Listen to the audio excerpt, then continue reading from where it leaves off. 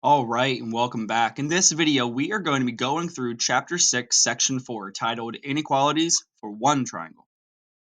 And by the end of this video, we should be able to state and apply the inequality theorems for one triangle. Let's have out our guide and notes. Let's begin.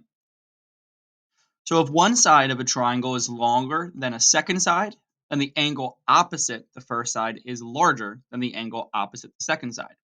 So if we're given the length of segment BC is greater than the length of segment AB, then that means the measure of angle A, which is the angle opposite of segment BC, is greater than the measure of angle C, which is the angle opposite of segment AB. In example number 1, we are asked to name the largest angle and the smallest angle of the given triangle. Well, all we have to do is just look at the side lengths, and sometimes we have to determine the side lengths by solving for a variable and then substituting back in. But in this example, it's very straightforward. All we do is identify the smallest side length, and then we know the angle opposite of that is going to be the smallest angle. So since segment XZ, is the longest side, we know that angle Y is going to be the largest angle because XZ has a value of 10, which is the biggest side length.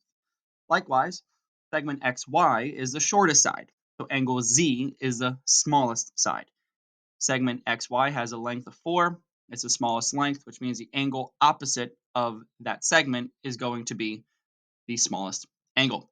With this in mind, please work on problems 1 through 8 on the guide and notes and resume when you're ready to move forward. Now we're going to be working backwards here. If one angle of a triangle is larger than the second angle, then the side opposite the first angle is longer than the side opposite the second angle. So if we are given the measure of angle A is greater than the measure of angle C, then we have to know that segment BC, its length is greater than the length of segment AB. So it's essentially what we just talked about, except now the converse working backwards. So please work on problems 9 through 20 on the guide and notes and resume when you're ready to move forward. And the triangle inequality theorem. The sum of the lengths of any two sides of a triangle is greater than the length of the third side. So in triangle ABC, the length of AB plus the length of BC is greater than the length of AC. The length of AB plus the length of AC is greater than the length of BC. And the length of AC plus the length of BC is greater than the length of AB. If we have all three sides of a triangle, we can add two of those sides together, and it's going to be bigger or greater than the third side every single time when we have a triangle. In example number 2, we're asked two questions. 1, is it possible for a triangle to have sides with lengths 9, 6, and 2? And B, two sides of a triangle have lengths of 8 and 12. The length of the third side can be any number between which two? Well, for A, it's an easy answer, no. This cannot be a triangle because 9 plus 6 is greater than 2, 9 plus 2 is greater than 6, which is great, but 6 plus 2 is not greater than 9. When I'm looking at these triangles, I want to look at the two smallest lengths and then add those two together to be greater than the biggest number. If those two smaller lengths are their sum is greater than the largest side, then we know we have a triangle.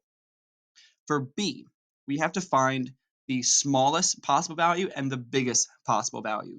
So what we're going to do is we're going to take those two current side lengths that we know, we're going to subtract them, and we're going to add them together. So the third side must be greater than 12 minus 8, but less than 12 plus 8. So the length of a third side can be any number between 4 and 20. And when we write this, we typically write it as an inequality. So it would be 4 is less than x, which is less than 20, because it has to be within that range. It cannot be 4, and it cannot be 20, because 4 plus 8 is 12. It's not greater than 12. So we have to have an inequality, or we have to show the range of the possibilities, which is when you do write an inequality, you use less than. It's not less than or equal to. With this in mind, please work on problems 21 through 28 on the guided notes. Keep up the great work. Keep making yourself proud. Let us know if you have any questions, and we'll talk to you soon.